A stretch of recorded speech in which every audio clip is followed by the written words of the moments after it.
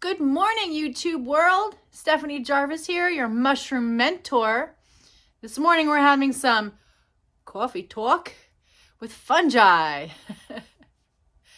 So this morning we're going to talk about cordyceps and whether or not cordyceps could actually go crazy and turn us all into zombies, just like we're seeing on the show The Last of Us, or the video game. I guess it's a video game also, or before the show became a video game. Yeah. So some of my fans have reached out to me and asked me, will cordyceps someday turn us into these crazy zombies? Well, yes and no. And let's get into it. So if you like my channel, like, subscribe, ding the bell to get the whistles, and you can reach out to me for a 15-minute free consultation on how fungi is going to change your life. I'll show you how. I'll tell you how. All right, so let's get into it. Here we go.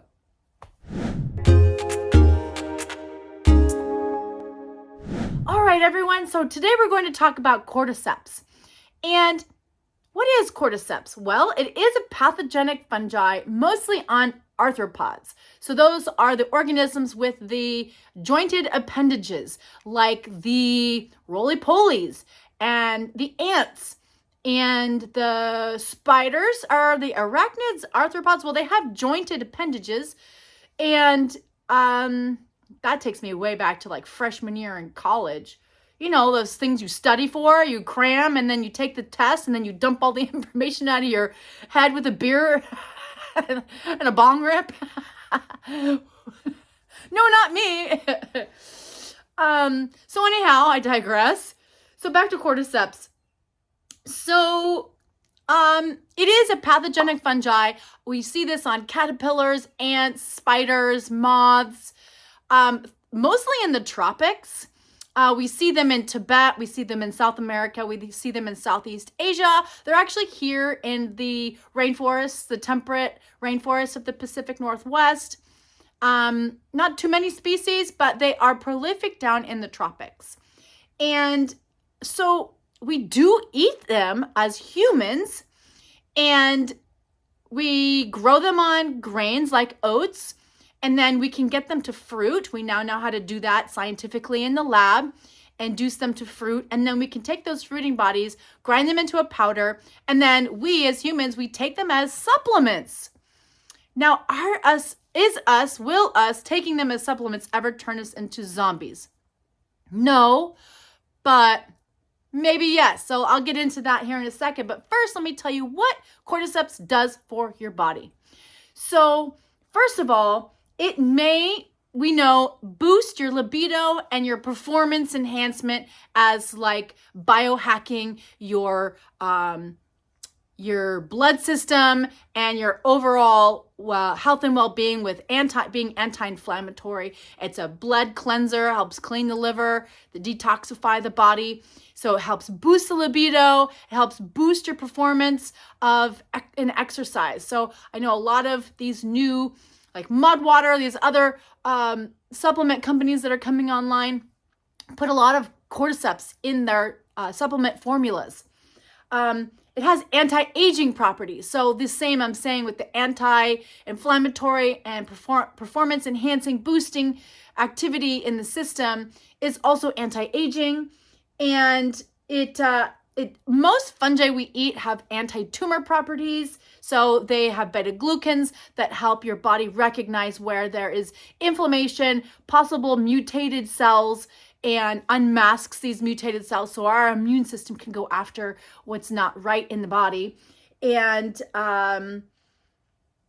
it's good for the heart. Cordyceps is good for the heart. Again, cleansing the blood is a blood cleaning tonic.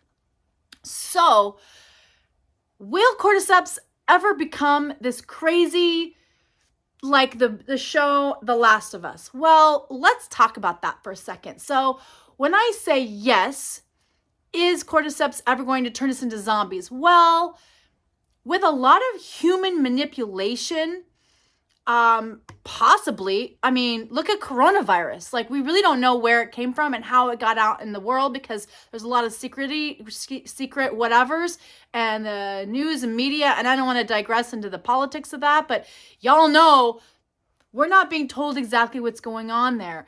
And there's a lot of crazy conspiracy stuff going on throughout the internet that's getting debunked or rebunked or whatever. Anyway, so was that human manipulation? Probably. Could we be human manipulating cordyceps to the point where it actually becomes a pathogen, parasitic pathogen on humans? Maybe, probably.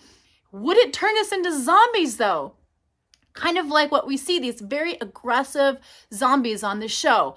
No. Why do I say no? Because in nature, when the cordyceps fungus infects an insect, for example, I'll just use ants, for example, or moth, for example, the mycelium grows through the body and it starts to affect the brain, and it makes the brain want to go to a very high elevation place so that and they're part of the ascomycota. So they have very specific way that they reproduce. So they create this structure that then comes out of a hole or I'm pointing at my ear, would come out of our eyes, would come out of our nose, mouth, ear, butthole, whatever the orifice is, the structure would come out that then would develop the spores, and then the spores would be wind thrown to then sprinkle all over the land and create more possibilities for infection. So if we got cordyceps in us as a parasite, we would then be crawling up to the tops of trees, and then the mycelium would then come out of our skin. It'd be so weird. Come out of our skin, and we would cling onto the tree, grow into that tree to like hold on, to like glue ourselves to the tree. And then these weird appendages would come out of us. This is just my imagination. And then the spores would then be thrown by the wind, because we'd be at the tops of these trees, to then proliferate the species. So I don't see it as creating this crazy aggressive hive mentality. In fact, the hive mentality would be the opposite, because, for example, go back to the ants. Cordyceps can totally take over an entire colony of ants. So when an ant starts acting funky, another ant gets sacrificed to carry that ant, the infected ant, out of the colony as far away as possible, possibly getting infected themselves and leaving that ant to die. Like, get out of our colony. Sorry, man, you gots to go. And I'm imagining that the humans would do the same thing. If there was an infected human, we would take it out to the middle of the desert and light it on fire. Get it out of the city, or where there's lots of people, so that it doesn't infect more people. Instead of putting it in a hospital and caring for it, we would need to do the hive mentality of taking it out and getting it out of the possibility of infecting more humans, instead of like what we see in the crazy show, which is the parasites making this zombie mentality of aggressive biting, wanting to with the mouth kiss of death thing, which was so weird. So the only time, let's talk about that. The only time mycelium does this mycelium to mycelium touch in the soil is when you have monokaryotes, which, okay, so mamas and papas, so egg and sperm, monokaryote, mono meaning one set of DNA molecules, and then the egg and sperm get together and they make a dikaryotic tissue that then multiplies, becomes a fetus, becomes a baby, whether it's a cat, a human, a dolphin, whatever, insect, whatever. And so in nature with mycelium, a spore germinates and that hyphae grows. It's monokaryotic hyphae, and it'll find another mating type compatible monokaryotic hyphae. It will merge together. Those nuclei will then fuse and make a dikaryotic nuclei, and then that mycelium will then grow out into nature, and then that dikaryotic mycelium can then turn into a fruiting body, which is what we're trying to do with truffles, is get more dikaryotic tissue under the soils with the tree roots so that we can get more truffles. Or whether it's chanterelles or whatever, because we like to eat certain types of mushrooms. So that's the only time we see in nature where the mycelium actually like wants to go and merge with other mycelium. And if you know better than me, that's totally fine. Please let me know. So yeah, the kiss of death thing, I don't think that would happen. The aggressive part, I don't think that would happen.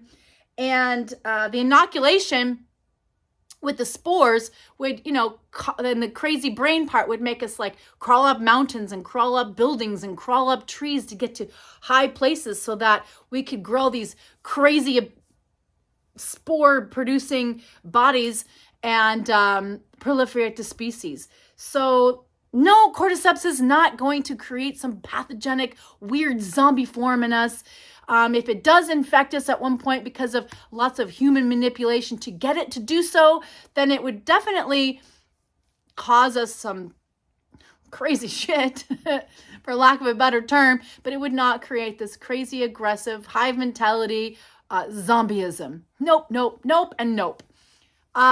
So that's what I got to say with Coffee Talk this morning for my rant on whether or not Cordyceps is going to turn us into crazy zombies like the show The Last of Us. All right, everyone. If you do like my channel, let me know in the comments below. Please like, subscribe, ding the bell to get the whistles, and enjoy the day. Well, thank you so much for watching my channel, everyone. I really greatly appreciate all my fans and those of you who reach out to me and ask me, hey, can you talk about this? And I will. Making videos for you is what I love to do. So I greatly appreciate your feedback, your questions, and your comments. All right, everyone, go be a fungi and enjoy the day.